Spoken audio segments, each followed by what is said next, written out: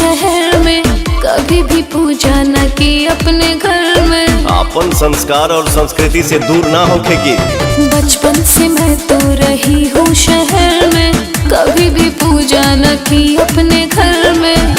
खुद से ही करिए ना मेरे सवरिया।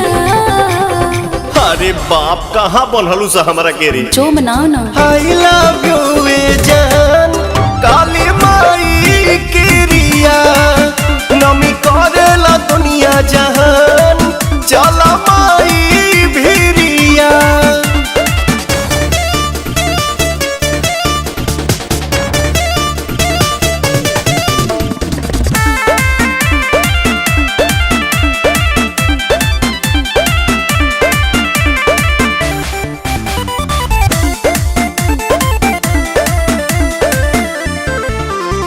भूखी पियासी नहीं 9 दिन रहूंगी, मुझसे न होगा ना जी मैं न करूंगी।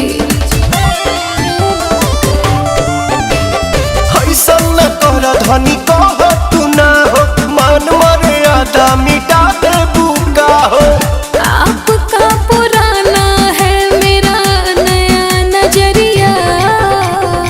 अरे दादा I love you जान, काली माई केरिया, नमी करेला दुनिया जहान, चला माई भिरिया।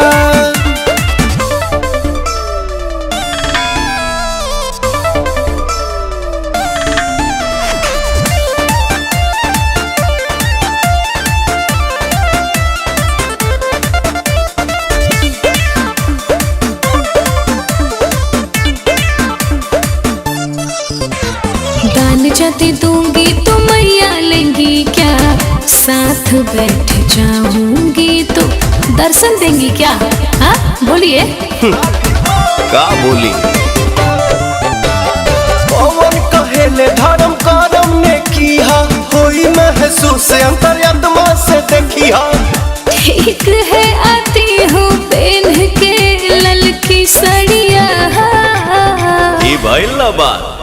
प्रेम से बोलिए सच्चे दरबार के।